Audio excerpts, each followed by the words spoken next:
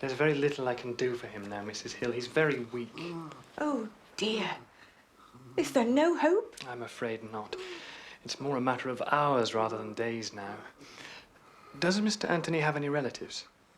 There's a brother, Henry, but they haven't spoken in 20 years. No one else? Well, yes. There's Mr. George, his nephew in London. I expect he'd want to know. First reaching for his hatchet, which he's got near him, close by, the noble fireman goes to find the... Maestro, please. Have you ever been a fireman? No, but I've sat next to one. And what's this jolly laughing cobbler's song all about? It's all about this cobbler, who's always happy. Sorry to drag you away, George, but there's a call for you. Can't you take a message? Let's hear some of it. It's your uncle, old son. Yes, sir. I'm afraid he's in a bad way. I see. Oh, yeah. Thanks, Harry. I'll come right away. Always bright and never grey. You see, sir, when I'm singing this song, I'll be cobbling, and I'll have a boot. Oh, you'll get a boot, all right. It was the doctor himself said I should call. He's very bad, Mr. Lorrimer. And I'm very grateful, Mrs. Hill. This is very distressing. But I can't travel to Brighton before Sunday at the earliest. He's at his last breath, Mr. Lorrimer. Sunday might be too late. Oh, Lord, I'm sorry. There really is nothing I can do. Well, what about Mr. Henry Gascoigne, sir? Do you think I should try to reach him? Uncle Henry? Good God, no. He'd welcome the news. No, when the time comes, I'll break it to him myself. As you say, Mr. Lorrimer. Till Sunday, then. Goodbye. Goodbye, Mrs. Hill. Oh, dear.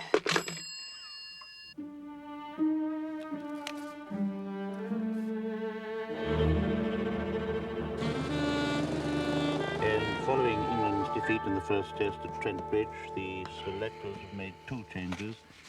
R.A.S. Wyatt returns to captain's side and Bill Bowes is preferred to neutral.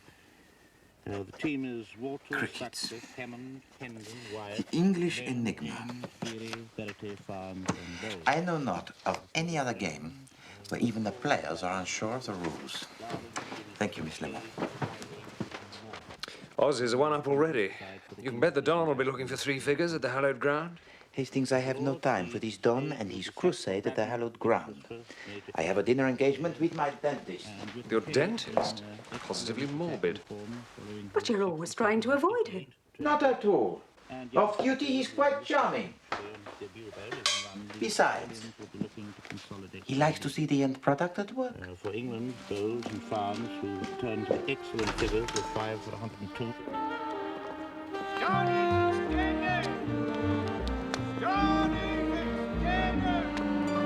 You won't get any of your fancy French kickshaws here, I'm afraid, Poirot.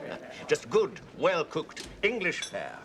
And I could ask for nothing more, Bonnington, my friend. Yes, well, I place myself in your hands unreservedly.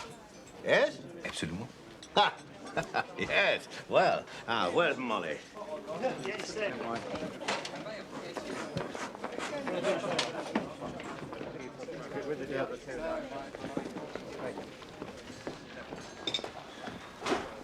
Good evening, sir. Ah, Molly. Now, what speciality have you for us this evening? You're in luck today, Mr. Bonnington. There's your favourite, roast turkey with chestnut stuffing and fillet of sole to start. Oh, excellent. For both of us. Now, here is a girl who knows exactly what I like, Poirot. Well, I ought to know by now, sir, I'm sure. Do people always like the same thing? Mostly, sir. Though I'll tell you something odd. You see old Mr. Gascoigne sitting on his own over there? I'd say he'd been eating here since the old Queen died. Henry Gascoigne, a painter of some sort, I'm told. Well, he's at that table every Wednesday and Saturday evening, never misses. Except last week, he arrived on Monday. Gave me quite a turn. An interesting deviation from habit. I wonder what the reason was. Well, I reckon he must have forgot himself. You know, he can't bear suet puddings or blackberries, and I've never known him take thick soup. Yet last Monday, do you know what he ordered? Thick tomato soup, steak and kidney pudding, and washed it all down with a blackberry crumble. Mon Dieu. Then he was back again on Wednesday, as usual. His old self again. Anyway, I mustn't stand here gossiping. She's a good girl, lad. And she knows a thing or two about food. You know, I find that extraordinarily interesting. What? That old man's deviation from habit. No, the change in diet, you mean? Well, doctor's orders, I'd say. It's common enough. I think not. Unless, of course, he thinks the old man would benefit from indigestion. To my good friend, Hercule Poirot, for whom life without mystery would be like roast beef without the mustard. C'est la vérité, mon ami. Ah, I see that bicuspid is still sensitive, Poirot. We must take a look at that. No. It must be the heat. What's that, Molly? Oh, Mr. Gascoigne, he's at it again. Steak and kidney pudding and blackberry crumble.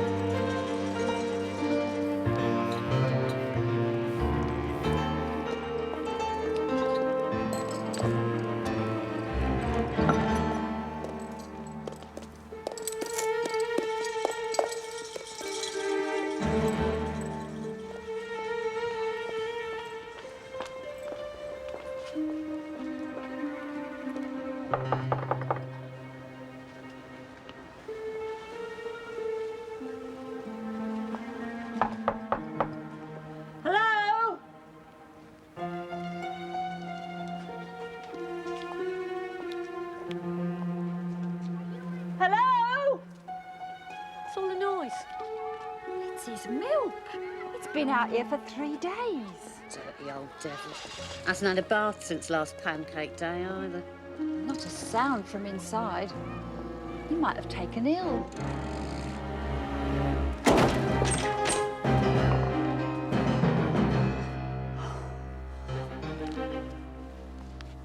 Cold as ice. Poor love. Must have taken a fall.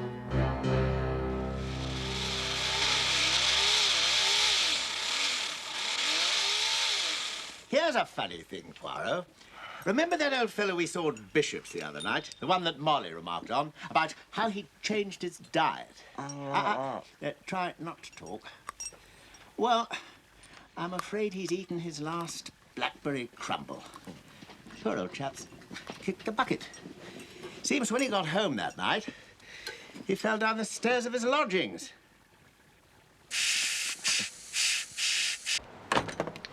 Yes, he's lived here as long as anybody can remember. Kept himself to himself. You never spoke? Well, we'd pass in the street of an evening and say hello. Except last week, I might have been a ghost. He walked right past me and never said a word, he did. Excuse me, madame. Do you remember which day last week?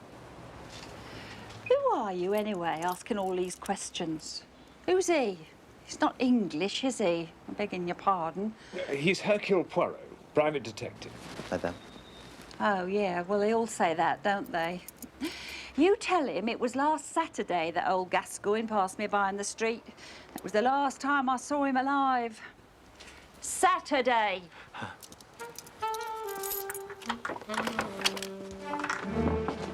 He was lying just here in his dressing gown and slippers. Shabby old thing it was. Wouldn't surprise me if he didn't trip over the cord or something. Tripped over the cord. Yes, thank you, madame. And then you called the police? Yes. They just wrapped his body up in a blanket and carried it out. Didn't pay much attention to anything else. Poor old devil. Did Monsieur Gascoigne receive many visitors, madame? Only his model. He was an artist, you see. She's up there now. Thank you, Madame Mullen.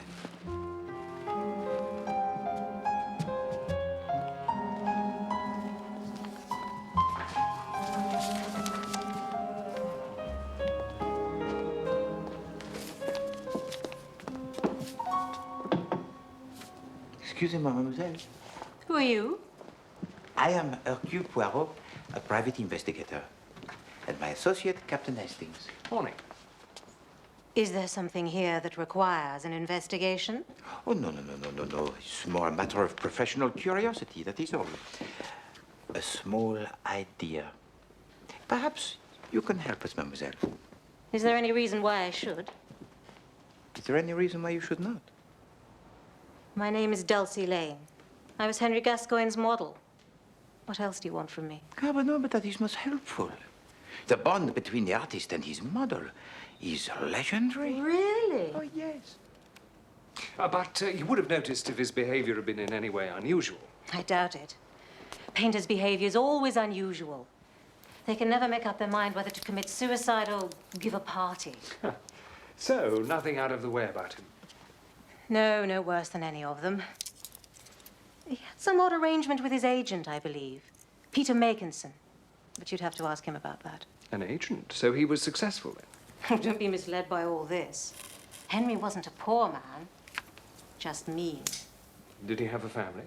No, there was a nephew that he mentioned from time to time, a music hall man. There was a brother, too, somewhere or other. Anthony. Yes, Anthony. But there'd been a falling out between them. He certainly never spoke of the man like a brother. Here. Remarkable likeness. They could have been twins. Yes. 2 pins in a pot. This small idea of yours. What is it? Oh, it's simply a notion. I saw Monsieur Gascoigne on the evening of his death. I was told that his behavior had recently been, how do you say, uncharacteristic. But more than that, the mantle of life should fit like a well-tailored suit of clothes, no? But he did not hang so well on that old man in the restaurant. You see, mademoiselle, I cannot accept that the fall of Monsieur Gascoigne was accidental.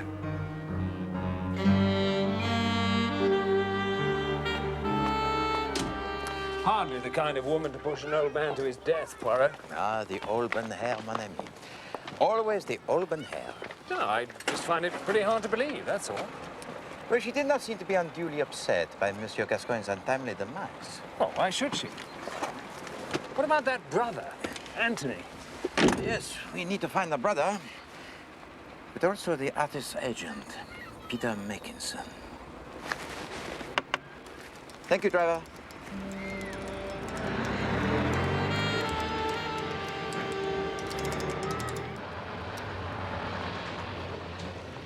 This is where the future of criminal investigation lies. Our new forensic division, the most advanced in the world. Won't be long before the likes of you and me will be gone forever. Cast onto the scrap heap of life like so much scrap. And you think there is nothing to save us? Not even all those little grey cells of yours, Gascoigne 8. We'll all be extinct, Poirot. Dinosaurs.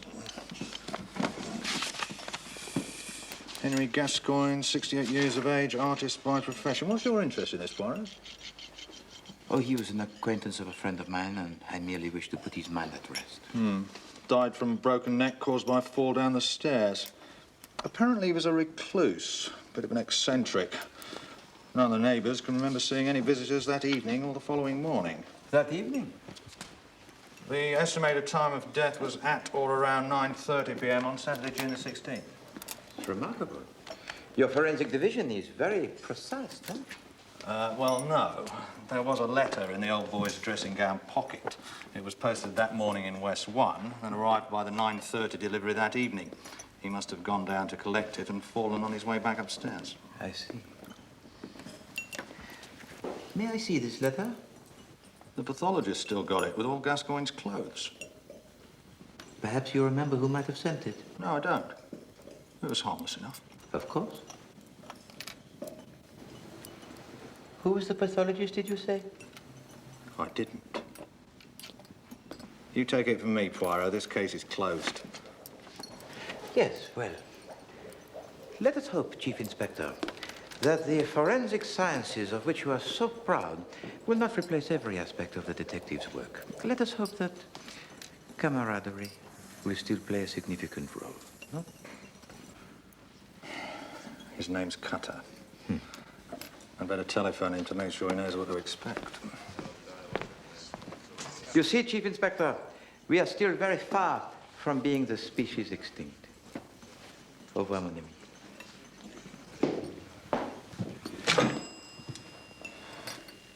Strong-looking fellow. Had years in him, I'd say. Still got his own teeth. Gascoigne? And the cause of death was a broken neck? Yes. Second and third vertebrae here and here. You will also notice extensive bruising to the rib cage and to the arms and legs, consistent with a steep tumbling fall. Down the stairs, yes. Is it possible that Monsieur Gascoigne might have suffered a seizure of the heart or perhaps that of the brain? No, he simply slipped and fell. I see. I believe you were able to determine the time of death with some accuracy. It's never an easy task to ascertain the precise time of death. But this letter confirmed your medical evidence, huh? Yes. Gascoigne had been seen in a restaurant at about 7:30 that evening. Yes, I was there myself. And this letter arrived with the 9:30 Evening Post? Yes. An examination of the contents of Gascoigne's stomach revealed that he had eaten a light supper 2 to 3 hours before his death. So it all fits together nicely, no?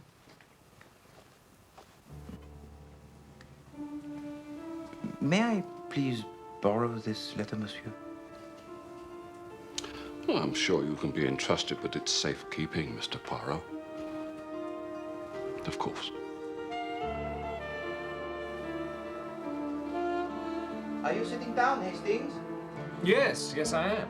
Very good. I'm coming.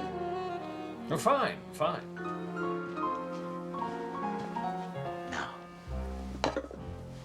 Hastings, this is a recipe of my mother. Rabbit, cooked in the style of Liège. Well, I bet it's better than rabbit cooked in the style of Hastings. Yes, that is quite funny, Hastings.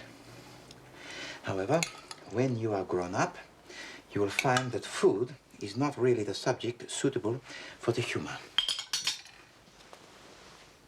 There. Smells delicious. Bon.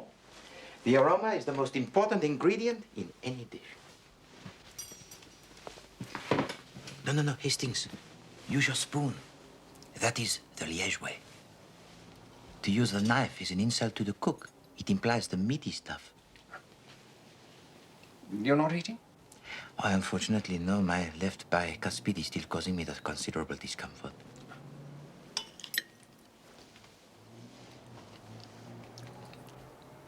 Is it good, Hastings?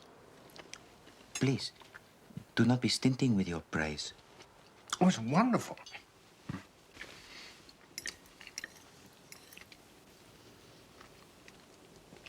Tastes more, rabbity than any rabbit I've ever tasted. That is the juniper berries. Shall I give you some more sauce? No, not yet. What was in that envelope they found in old Gascoigne's pocket? Huh.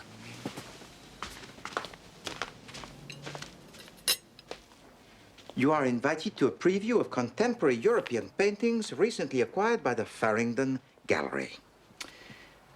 This may be both informative and pleasurable, Hastings. And it's tomorrow.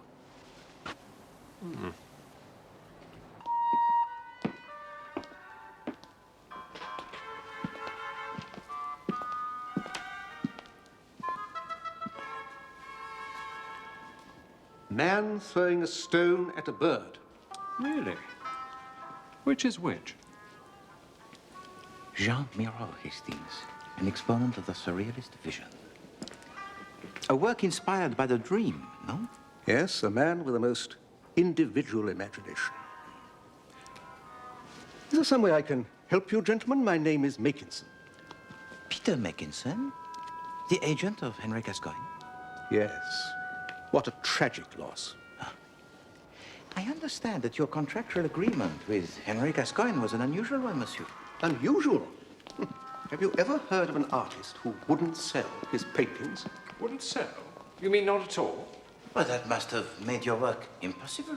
Oh, I could sell the smaller pieces, sketches and watercolors. But the oils were never to fall into the hands of the Philistines. His name for all collectors and dealers. So, no one actually owns a Gascoigne painting? We made gifts of some, gestures of friendship. I have a small collection, and Dulcie Lane, his model, has several works. But he was a man of few friends. And now, of course, after his death, his paintings can be sold. I imagine that would be so. And you, monsieur, you are free to sell your own collection, yes? Look, what is all this about? You're not a collector, are you? No, monsieur. I am Hercule Poirot, a private detective, and I am investigating the circumstances surrounding the death of Henry Gascoigne. I see. I see. Perhaps we'd better talk about this in my office.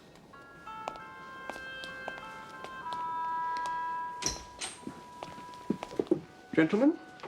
Thank you.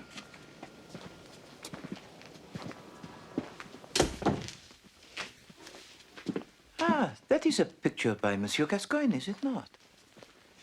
But not his usual model. No, that was painted years before he met Dulcie Lane. She is Charlotte Gascoigne, a rare beauty. His wife? No, Charlotte was married to Anthony Gascoigne, his brother. There was, I understand, some ill feeling between them.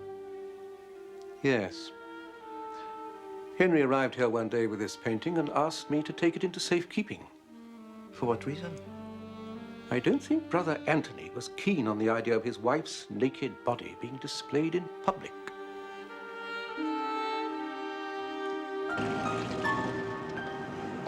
You know, the way I see it, Poirot, everyone stands to benefit from the old boy's death.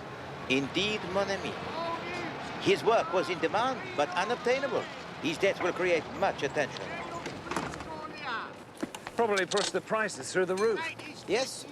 Whoever is fortunate enough to own an original Gascoigne can expect to feather the nest, including Makinson and Mademoiselle Dulcie Lane. Unbelievable.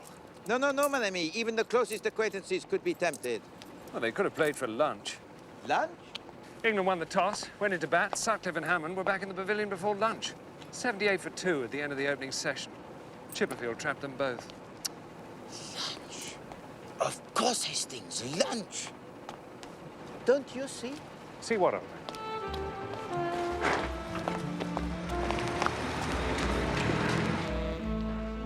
420 blackbirds baked in a crumble. I think you mean pie, don't you? Well, that's what they have done in all these cases. Upstairs door found Scrooge. Miss Lemon? Mr. Poirot? Gone, and Jules with him, before alarm could be raised. Quite the trick so old that I never knew you'd condescend to play it.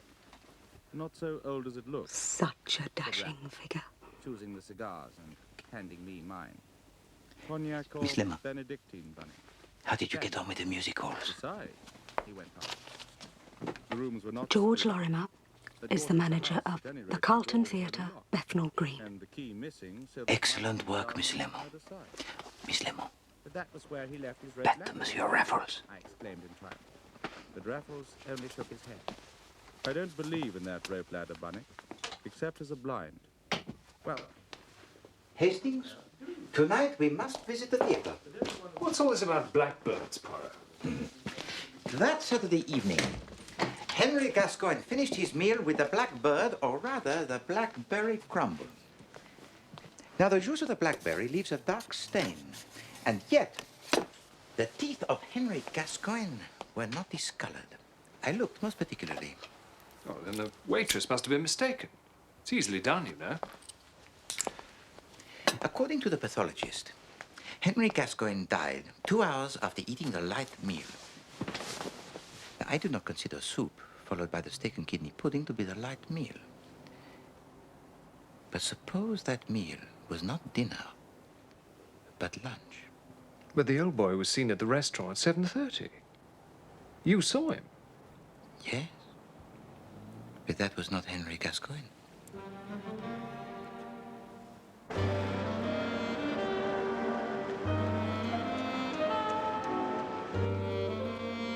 That Saturday night, mon ami, I dined not with Henry Gascoigne, but with his murderer.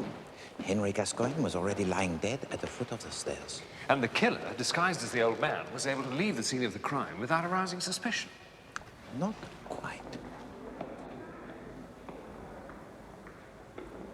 He walked past the neighbor, Mrs. Mullen, without so much as a good day. But why take the old boy's place at the restaurant? To make it appear that Gascoigne was still alive. So the question is, who could imitate Henry Gascoigne? I vote for the brother. Well, Hastings, it would certainly take a long stretch of the imagination to see Miss Dulcie Lane in the white wig and the whiskers. Steady, Poirot. Thank you, ladies and gentlemen. Miss Lane.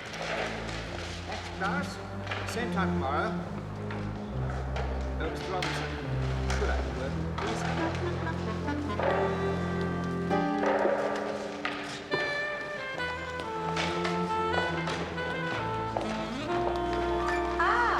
The detectives with a small idea. Please, mademoiselle, forgive this intrusion. Not at all, gentlemen. As you have already seen for yourselves, I have nothing to hide. No, we were up in the gallery.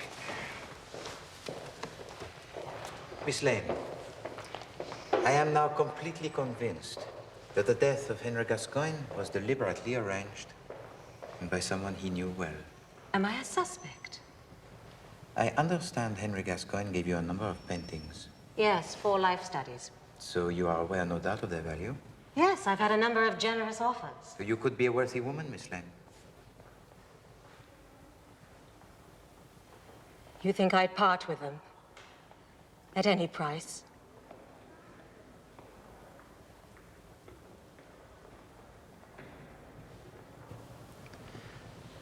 Miss Lane, one final question. Henry Gascoigne's twin brother, Anthony, do you know where he might be found? No, I don't. Perhaps you should ask the nephew.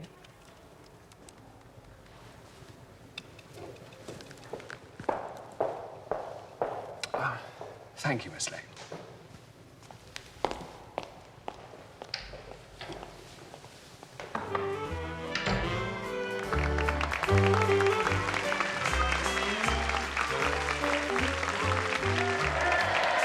And now, ladies and gentlemen, it gives me great pleasure to introduce Mr. Tommy Pinner.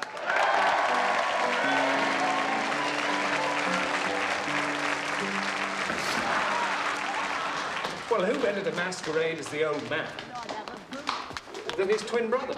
Yes, the idea seems most attractive, mon ami. I'll give you just one more chance. What else can you do? I sing a song. It's called Dinah, come and hold my hand. Dinah, come and hold your hand. Yes, sir. It sounds pathetic. And when it's over, Dinah comes out and holds me hand. Does she? Yes, sir. And that's the end. It certainly is. It's awful. Atrocious. Atrocious, sir? Yes. Oh. And the fireman, sir? Oh, that. Worse still. Oh, but, sir... Well, what now? Do you want a sword swallower?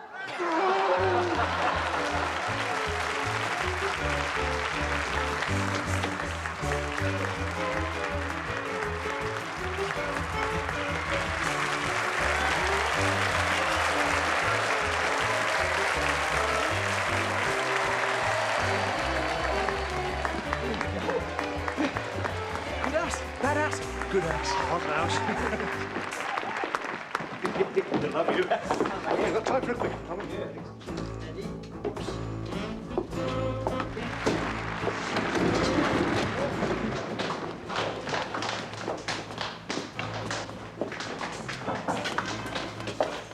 Come in. Monsieur George Lorrimer? No, actually, I'm Harry Clarke, George's assistant. He's not here tonight. Can you tell me where I might find him this evening, monsieur? Well, I'm afraid not. He's out of town. In Brighton, attending to his uncle's funeral arrangements. In Brighton? Yes, is there something wrong? No. C'est difficile, monsieur. You see, we were led to believe that Henry Gascoigne would not be buried until next week, and then here in London. Henry, you've got the wrong chappie. George was talking about his Uncle Anthony. Died last week. Anthony? Yes, funeral's tomorrow.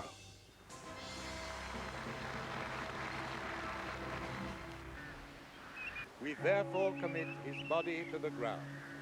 Earth to earth, ashes to ashes, dust to dust. A quiet affair, is it not, Hastings? With both the brothers dead, there aren't many Gascoignes left to pay their respects. Not too many suspects left either, eh?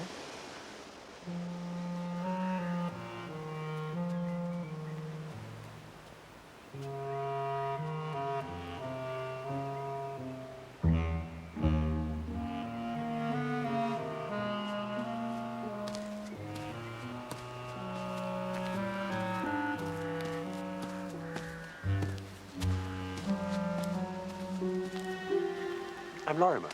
George Lorrimer, Anthony's nephew. Captain Hastings. Hercule Poirot, monsieur. Poirot? The name is familiar. Should I know you? Perhaps Henry Gascoigne might have mentioned me in passing. Ah, you knew Uncle Henry? I was an acquaintance, but many years ago.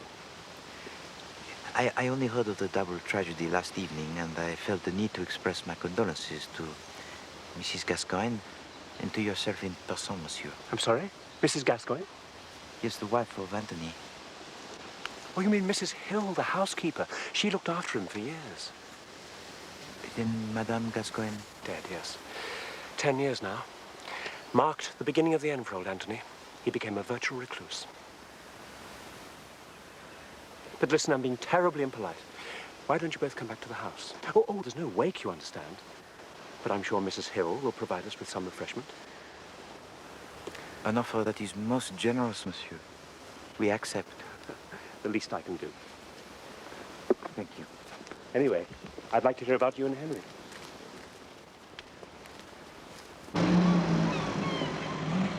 Henry's passion for painting once lit small fires of my own imagination.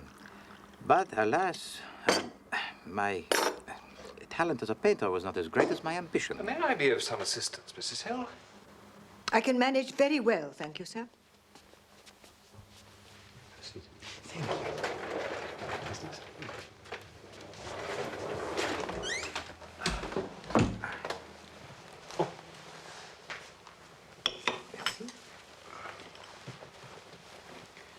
And the two brothers, they were twins? Yes, not identical, but they bore a great resemblance. And also they had together the great rapport, no? Rapport? No, not at all. They hadn't spoken in 20 years. Sacré. What could have caused such disharmony? Well, years ago, Charlotte was Henry's model. But that's too light a word. She was more his inspiration. Ah, the muse. And then along came Anthony and stole the girl's heart. He whisked her away, leaving his brother a broken man. And the wounds from such a battle run deep. Well, their differences are well and truly buried now. They both had a good innings. Up stumps and back to the pavilion. If you'll excuse the expression.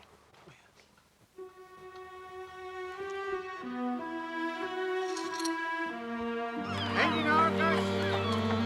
Nice test results. A most distressing time for you, madame. Nursemaid and companion I was. Cook and cleaner all those years. Then he goes, just like that. Not a thank you for all my trouble. Not a penny by way of remembrance. Not even a small legacy in the will for your services?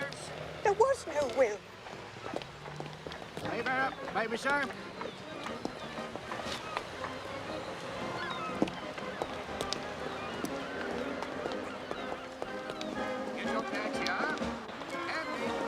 I expect it all goes to him, the next of kin. His right, I suppose, though he doesn't deserve any of it. Wouldn't come to see his uncle when he was at his last breath. Thank you so much. Let's get your flags here.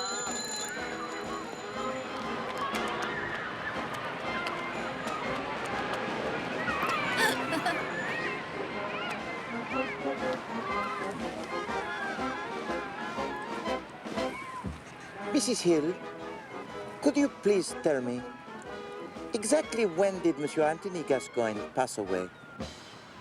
1 in the afternoon, last Friday.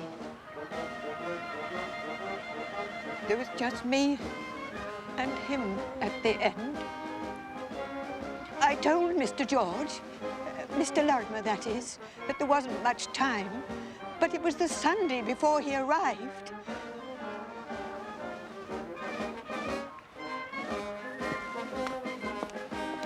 By tea on the second day, the Aussies are 63 without loss, chasing England's first innings total of 440. Leyland made 109 and Ames 120. You know, that's the first time a keeper's made a century in a test. Wonder if the weather will hold there. Hastings, the crickets. It occupies too many of your little grey cells. Mrs. Hill, thank you so much for giving us of your time.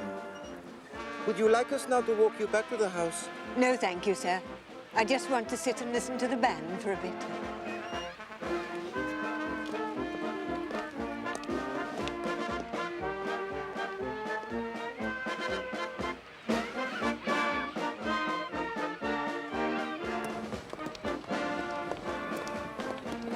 Well, that was quite a yarn you were spinning back there, old man. The fires of artistic endeavour, I nearly blushed. Ah, Hastings, you do not understand the finer feelings.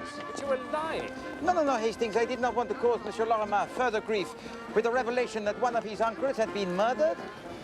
And by posing as an acquaintance of Henry Gascoigne, my inquiries appeared no more than innocent curiosity. Well, it certainly puts paid to my theory, anyway. Ah, yes, you expected more from this brotherly intrigue. La crime passionnelle, hein? No, mon ami. We have been running up the wrong tree.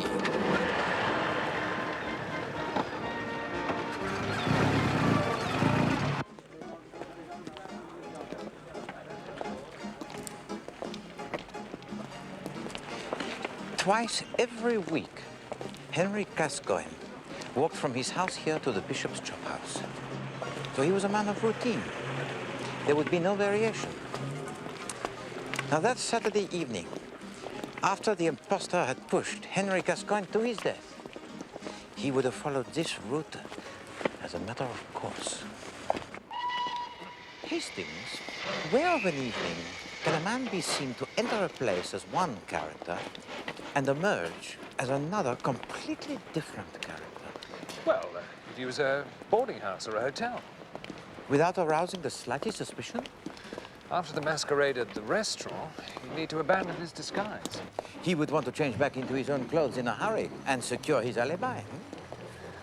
Discretion would be the problem.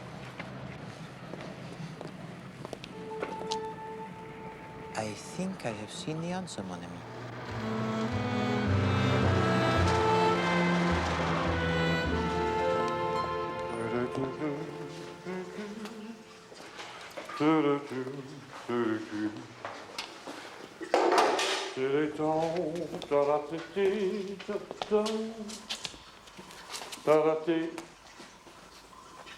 Well, if you're expecting a show or something, Governor, you've come to the wrong shop. I can assure you, monsieur, that I am in the right shop.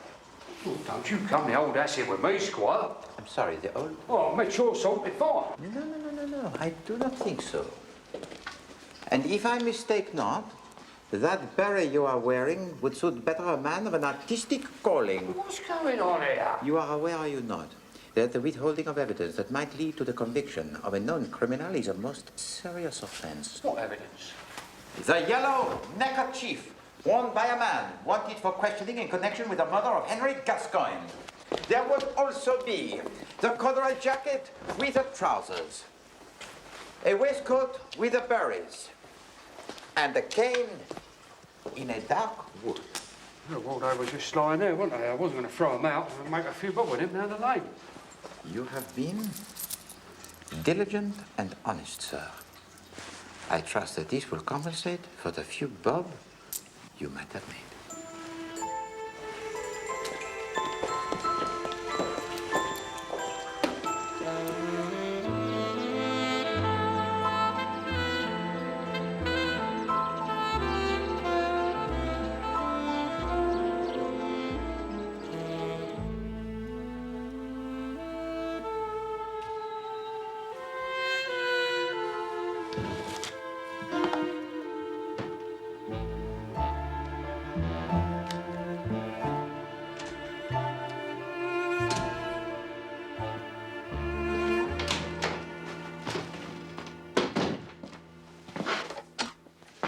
Well, Dulcie Lane was sitting for a life class from 1 until 5 on Saturday afternoon, so we can eliminate her. Oh, yes, Miss Lane is innocent. He's running in now. 1, 2, 3, 4, and his arm goes over. Oh, darling, staggers back in his right foot. Makinson too, I'm afraid. He was in Paris. That brings us back to square one. No, no, mon ami, far from it. We are about to make our final move.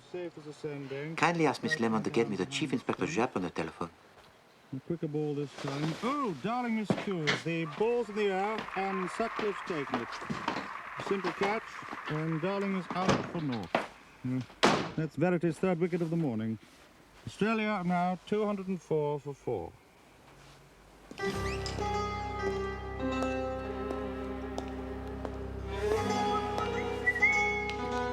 Afternoon, Freddie. Oh, hello, sir.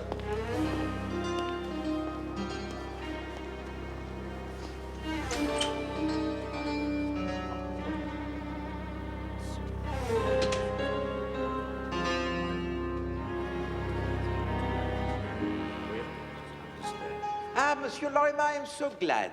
Please, to come up here. Poirot, what's going on? Who are your friends? Captain Hastings, of course, you know. And this is Chief Inspector Japp from Scotland Yard. We have reason to believe, Mr. Lorrimer, that your uncle's death was not an accident. Not an accident? Please. This clothing was part of the assassin's disguise. It was discarded close to the bishop's chop house after he had masqueraded as your uncle following the murder. The strands of white hair are from the wig, sir. The darker hairs would be the guilty parties. They should be an easy match. Wigs? Masquerade? Yes, a devious finale to a most sinister plot, monsieur. You see, that Saturday evening, after he had pushed Henry Gascoigne to his death, the assassin searched through the correspondence on his desk. He retrieved this envelope, which he had sent the day before. Now, what could be more innocent than an invitation to an art gallery, eh? However, he had one last artistic task to perform, but he was not a skilled craftsman. Regard? He changed the postmark from the 15th to the 16th and smudged the mark on the blotter to further conceal the forgery. He placed the envelope in your uncle's dressing gown pocket, and then, disguised as the old man, he took his place at the bishop's chop house. And so it appeared that Henry Gascoigne had fallen to his death that Saturday evening, oh yes, but after the 9:30 post had been delivered. Whoever could do such a thing? Oh, well, at first I suspected his colleagues, but they all had the solid alibis. And then naturally I turned my attention towards his family. But Anthony was dead. It appeared that you were the only living relative, and of course you were. And where were you when your uncle was murdered, monsieur? Where was I? Well, I'd have been here at the theatre for the second performance. Of course. Oh, yes, but that would have been a Saturday evening, Mr. Lorrimer. Neither the staff nor the artists here can remember seeing you on that Saturday afternoon. At which time I would say you are attending to some business, yes? Yes. The murder of your uncle. You think I killed Henry? This is madness. I had no quarrel with him. After Anthony's death, Henry was the only living relative to stand between you and the Gascoigne estate. This is a lie. A damned lie! We have acquired a sample of typeface from the typewriter in your office, monsieur. I am certain that it will be the perfect match with the address on the envelope. The signature of the murderer.